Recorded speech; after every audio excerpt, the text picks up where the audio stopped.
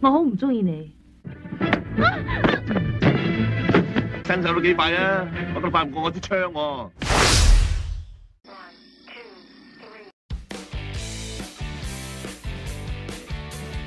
Halo Magermania, apa kabarnya? Masih sering pakai kalimat sakti? Aku begini cuma sama kamu doang. Kembali lagi di channel SP3, yang membawakan film-film nostalgia untuk menemani istirahat kamu. Kali ini, kita akan menceritakan sebuah film tahun 1994 yang menceritakan kisah seorang bodyguard dalam menjaga kliennya yang merupakan saksi mata pembunuhan. Film ini dibintangi oleh Babang Legend, siapa lagi kalau bukan Babang Jet Li. Kalau kamu suka dengan konten alur film seperti ini, boleh bantu subscribe, lonceng dan like-nya, supaya saya makin semangat bikin videonya. Untuk pengalaman terbaik, saya sarankan menggunakan handsfree. Langsung saja, siapkan kopi, cemilan dan cepuloh kamu, kita nikmati The Bodyguard from Beijing. Kisah dimulai dengan memperlihatkan sebuah situasi di mana beberapa bodyguard sedang menjaga dua bos besar yang asik berenang cantik lalu tiba-tiba muncul beberapa tembakan entah dari mana datangnya. Sesuai dengan protokol, maka sudah menjadi kewajiban bagi para bodyguard untuk memberikan perlindungan dan evakuasi kepada kliennya tersebut. Saat sedang melarikan diri, datang beberapa wartawan yang langsung memberondong mereka dengan pertanyaan, lalu tiba-tiba, dari belakang kerumunan tersebut, nampak salah seorang mengacungkan senjata dan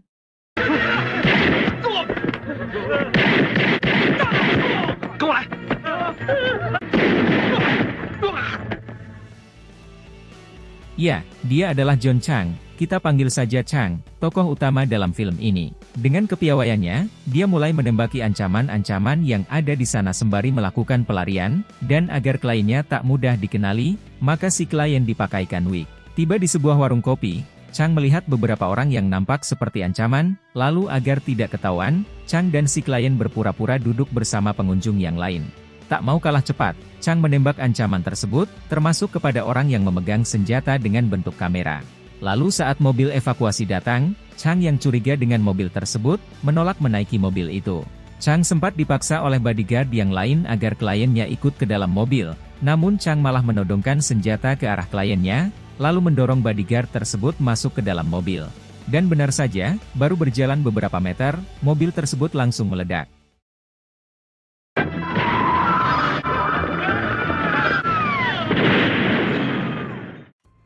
Ternyata yang baru kita saksikan adalah sebuah simulasi prosedur evakuasi klien saat ancaman datang dari anggota elit khusus pengawal yang disebut Defenders, yaitu kelompok pengawal terbaik di dunia saat itu. Bapak pimpinan sangat marah kepada Chang karena dia berani menodongkan senjata kepada klien walaupun sedang dalam misi penyelamatan. Bapak pimpinan mengatakan, bila kita berani mengacungkan senjata kepada klien, apa bedanya kita dengan pembunuh? Lalu Chang memberikan penjelasan bahwa, sesuai dengan pelajaran yang saya terima dari Bapak pimpinan, jika berada dalam situasi kritis, saya akan melakukan apapun demi keselamatan klien. Selepas penataran, Bapak pimpinan memberikan masukan kepada Chang bahwa dalam menjadi bodyguard, banyak yang harus dilakukan selain bergerak cepat dan siap mati. Salah satunya adalah, harus belajar mendapatkan kepercayaan sang klien. Dan setelah itu, Chang mendapatkan tugas baru di Hong Kong yaitu melakukan pengawalan terhadap kekasih dari James Xiong, seorang manajer perusahaan yang telah banyak menghasilkan devisa negara. Malam harinya, Chang memeriksa berkas untuk tugas barunya itu. Diketahui, kekasih James Xiong bernama Michelle Yeung, selanjutnya kita panggil Michelle. Dia secara kebetulan menjadi saksi mata atas pembunuhan akuntan senior yang dibunuh oleh bos mafia karena keterkaitannya dalam kasus pencucian uang dari penjualan narkoboy. Selain Michelle, sebetulnya ada dua saksi lain dalam kasus ini, yaitu seorang ABK dan Satpam. Namun keduanya telah tewas di hari yang sama dengan cara jatuh dari lift dan tewas karena ledakan di dalam pos, di mana diduga keduanya tewas dengan sengaja oleh orang suruhan sang bos mafia dalam rangka melenyapkan saksi. Michelle juga tak lepas dari percobaan pembunuhan saat dia hendak mandi, tetapi dia selamat karena secara tidak sengaja, kucing peliharaannya melompat ke dalam bak mandi dan tewas tersengat listrik. Sehingga disimpulkan bahwa tugas ini sangat berbahaya karena Michelle merupakan satu-satunya saksi yang masih hidup. Keesokan harinya, Michelle mendatangi kantor polisi dengan didampingi pengacara yang disewa kekasihnya, untuk mengidentifikasi pelaku pembunuhan. Pengacara itu memberikan saran kepada Michelle, untuk sebaiknya mundur saja dari kasus ini, karena sangat berbahaya, mengingat dua saksi lainnya sudah tewas. Namun Michelle bersikukuh untuk tetap menjadi saksi atas kasus ini sebagai bukti sumbangsihnya sebagai warga negara yang baik. Saya perkenalkan Sersan Charlie Lau, kedepannya kita panggil saja Sersan Lau, dan anak buahnya, Ken. Mereka adalah tim kepolisian setempat yang diutus untuk menjaga kediaman Michelle hingga hari persidangan. Tiba di rumah, James dan Michelle sedang bertelepon ria karena zaman dulu belum ada handphone apalagi WA. Ya, James dan Michelle LDR-an karena posisinya sebagai orang penting di perusahaannya menyebabkan dia tidak bisa berada di sisi ayang Michelle setiap hari. James menginformasikan bahwa Michelle tidak perlu takut lagi, karena James telah menyewa pengawal terbaik dan akan tiba hari ini. Michelle bilang bahwa dia tidak butuh pengawal untuk menjaga dirinya melainkan hanya membutuhkan kehadiran James seorang dan ingin James segera pulang. Namun, James tidak bisa pulang karena dia sedang menunggu tanda tangan kontrak yang sangat penting. Michelle pun sebel, lalu teleponnya dibanting. Singkat cerita, Chang tiba di rumah Michelle, lalu bertemu pengacara, Sersan Lau dan Ken. Melalui si pengacara, James menitipkan uang sebesar 200.000 dolar Hong Kong untuk memenuhi kebutuhan operasionalnya sehari-hari dalam rangka melindungi Michelle. Tak berapa lama, Michelle menemui Chang, dan langsung berterus terang bahwa dia tidak menyukai keberadaan Chang karena terlihat masih muda sehingga sudah pasti tidak berpengalaman. Saat Michelle hendak minum, Chang langsung mengambilnya dan di saat bersamaan terdengar suara ledakan, sehingga kepolisian setempat yang bertugas menjaga rumah Michelle, langsung masuk dan mengira bahwa Chang adalah petugas palsu. Dan disinilah kita akan diperlihatkan sedikit skill dari Chang. 我好唔中意你，係你着緊嗰套衫。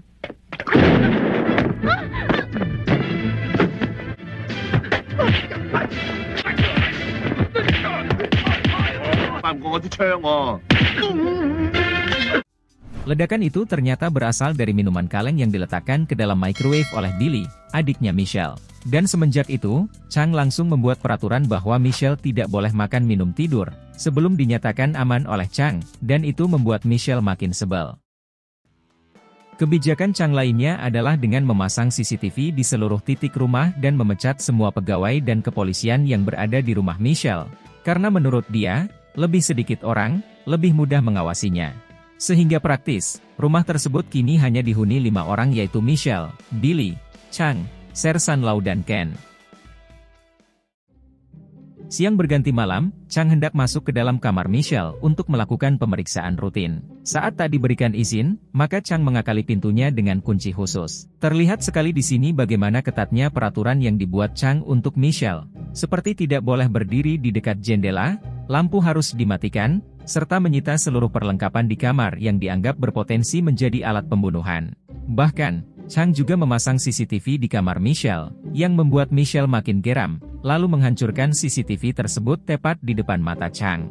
Sebagai pengganti, Chang memberikan tombol panik yang berbentuk seperti batu akik, di mana jika tombol itu dipencet, maka alat yang berada pada Chang akan berbunyi dan Chang akan bergegas ke kamar Michelle. Keesokan harinya, saat hendak bekerja, Michelle mendapatkan Sersan Lau berada di mobilnya dan saat ditanya, apalagi jawabannya kalau bukan atas perintah Chang. Akhirnya Michelle tetap pergi bekerja di sebuah taman anak-anak dengan dikawal Chang dan Sersan Lau. Lagi-lagi Chang membuat kesal Michelle dengan membujuk kepala sekolah agar Michelle mendapatkan cuti selama 2 minggu. Sehingga praktis saat ini, Michelle tidak punya alasan untuk kemana-mana. Sesampainya di rumah, Michelle mengadukan hal ini kepada James, namun James meminta Michelle untuk bersabar sedikit lagi karena waktu persidangan tinggal sehari lagi dan harap memaklumi Chang, karena pada profesinya, satu kegagalan berarti dia tidak akan bisa mendapatkan pekerjaan lagi selamanya. Kita berpindah kepada Sersan Lau dan Ken, selain sebagai rekan satu profesi, mereka menjadi partner serasi juga karena memiliki hobi yang sama yaitu judi pacuan kuda, yang di era tersebut cukup terkenal. Namun sebagaimana umumnya judi, sekali menangnya, berkali-kali kalahnya, akibat kecanduan judi, saat ini dia memiliki hutang yang cukup banyak. Siang berganti malam, Chang dikejutkan dengan tombol panik Michelle yang berbunyi. Sontak saja Chang menuju ke kamar Michelle dan malah mendapatkan Michelle sedang mandi. Merasa tidak ada kejanggalan, dengan dinginnya Chang tanpa hasrat langsung keluar. Aduh, kalau kita yang dapat momen kayak gitu, mungkin sudah hilaf ya. Dan ternyata, Billy lah biang keladi yang telah memencet tombol panik. Usai kerusuhan tadi, Michelle mengendap keluar dari kamar dengan maksud untuk menghadiri pesta ulang tahun temannya, namun dia dikejutkan kehadiran Ken. Merasa kasihan, Ken menawarkan diri untuk mengantarkan Michelle, namun baru saja mobil dihidupkan, Chang sudah berada tepat di depan mobilnya. Chang mengatakan bahwa dia sudah menyadap telepon di rumah tersebut sehingga dia dapat mendengar seluruh percakapan yang terjadi. Gagal maning. Keesokan paginya, hari yang dinanti pun tiba, yaitu hari persidangan, karena artinya, Michelle bebas dari kurungan Chang, dan Chang juga sebetulnya senang karena tidak harus berhadapan lagi dengan Michelle. Namun alangkah kecewanya mereka saat Ken memberitahukan bahwa tersangka mengalami sakit parah dan harus dibawa ke rumah sakit sehingga sidang terpaksa harus ditunda selama sebulan. Ternyata alasan model begini sudah ada dari zaman dahulu. Chang menelepon atasannya, begitu juga Michelle yang menelepon James, karena sebetulnya memang keduanya tidak senang berada dalam kondisi ini. Michelle ngotot ingin pergi ke mall dan akhirnya Chang menyetujuinya. Tiba di mall, dapat dilihat ekspresi kegembiraan Michelle, yang akhirnya bisa keluar dari rumah untuk bersenang-senang. Namun yang tidak disadarinya adalah, kelompok pembunuh bayaran, sudah siap menunggunya. Kita berpindah sebentar ke Billy yang bertemu teman-temannya di mall tersebut. Billy ditantang untuk menunjukkan pistol asli dan sebagai bocah ingusan belum paham sebab akibat. Dia menukar senjata Sersan Lau dengan pistol air saat sedang menelepon untuk memasang nomor pacuan kuda. Kita kembali ke Michelle yang sedang mencoba-coba pakaian di ruang salin dan tiba-tiba.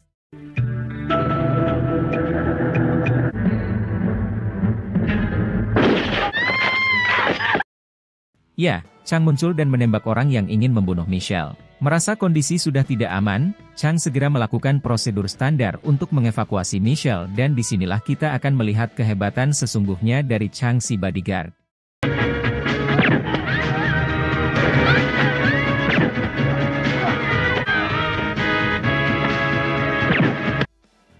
Saat sedang berkamuflase di sebuah restoran, Chang menyadari kode mereka adalah 2 pulpen di kantong, dan Chang menggunakan kode tersebut untuk menghabisi para pembunuh bayaran.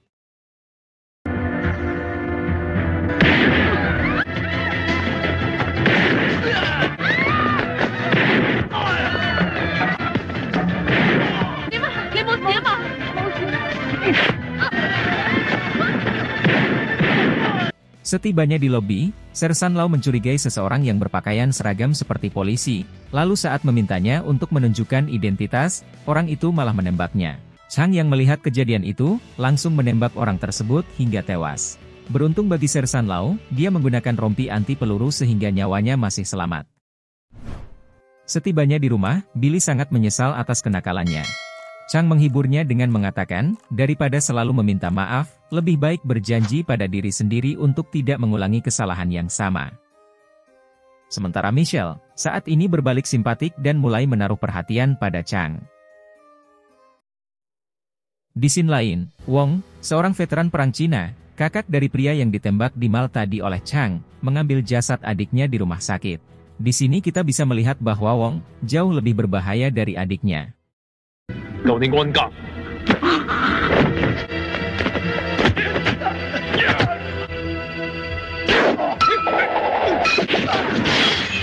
Setelah melakukan pemakaman dengan dikremasi, dia berjanji pada adiknya akan membalaskan dendam kepada yang telah membunuhnya. Kita berpindah kepada Chang yang sedang membetulkan CCTV yang rusak saat hujan. Bermaksud mencari perhatian, Michelle memanjat tangga dan memberikan payung agar Chang tidak kehujanan, namun Chang dingin saja menanggapinya. Merasa kurang ditanggapi, Michelle pun berpura-pura jatuh dan benar saja, Chang pun sigap menangkapnya.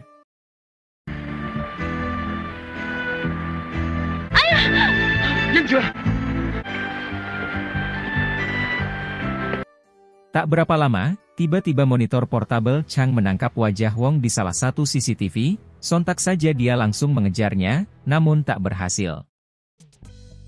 Siang berganti malam, mereka sedang merayakan ulang tahun Michelle secara sederhana di rumahnya.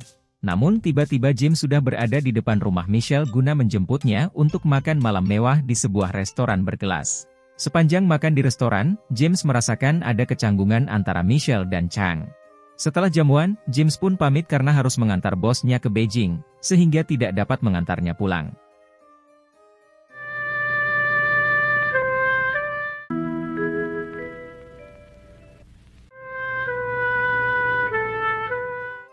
Tiba di rumah, Chang mulai gugup dengan perhatian Michelle yang bertubi-tubi, karena mau gimana juga, ya namanya laki-laki normal, dideketin sama cewek cantik, sekuat-kuatnya iman, niscaya akan goyah juga. 내빈도와 수메리. Sebelum ke kamar, Michelle menyempatkan diri memberikan sebuah jam tangan untuk Chang. Belum lama Michelle masuk ke kamar, tombol panik berbunyi, Chang pun bergegas masuk ke kamar Michelle untuk memeriksa keadaan. Niat untuk memberi kejutan dari belakang, Michelle malah dibanting ke depan, beruntung Chang langsung menangkapnya. Di sini, Michelle mengungkapkan hasrat hati yang sebenarnya bahwa dia mencintai Chang.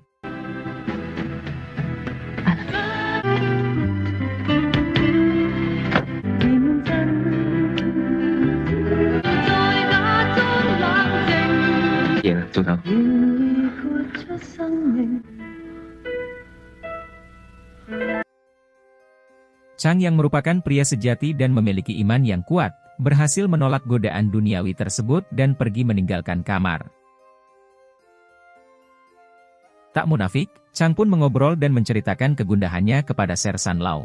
Sersan Lau memberi saran jangan menyia-nyiakan kesempatan yang datang, karena tidak akan terjadi dua kali. Namun, Chang masih berprinsip untuk tidak mencampur adukan urusan pekerjaan dan kepentingan pribadi. Dia pun mengabaikan tombol panik yang kembali berbunyi.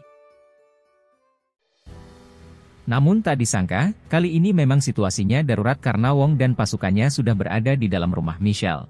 Ken yang mencoba melindungi Michelle dan Billy, harus tewas di tangan Wong.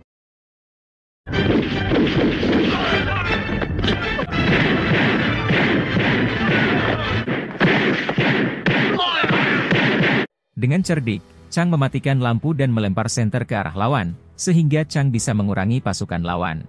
Saat senter habis, Chang dengan cerdik menyalakan TV dan berhasil kembali mengurangi lawan. Terakhir, saat pasukan semua sedang mencari keberadaan Chang dalam gelap, lampu dinyalakan Chang dan itu membuat mereka kaget, yang langsung disambut dengan berondongan tembakan dari Chang. Ide Chang selanjutnya yaitu merusak jalur gas sehingga apabila ada yang berani menembak, otomatis seisi rumah akan meledak. Sersan Lau bertindak heroik dengan mencoba menghadapi Wong seorang diri, namun apa daya, Sersan Lau bukanlah tandingan Wong sehingga langsung klenger sekali hajar. Di saat yang sama, Chang berhasil menghabisi sisa pasukan Wong. Kini tinggallah, Chang berhadapan face to face dengan Wong seorang.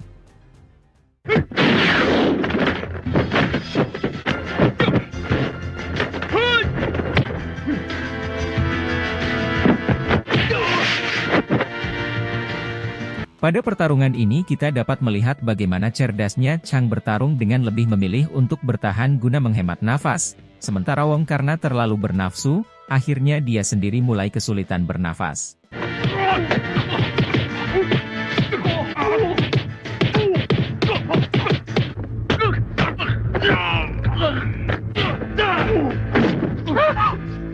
Saat Wong sudah mulai mengalami kekalahan, dia berhasil menyandera Michelle. Tiba-tiba James datang ke lokasi dan shock dengan kejadian yang dia lihat.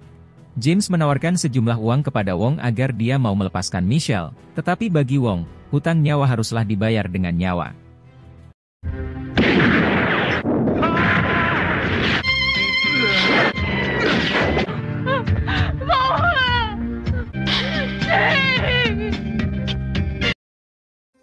Dan pada akhirnya Wong benar-benar melepaskan tembakan, namun Chang berhasil pasang badan sehingga dialah yang terkena peluru lalu berbalik melemparkan pisau yang menewaskan Wong seketika.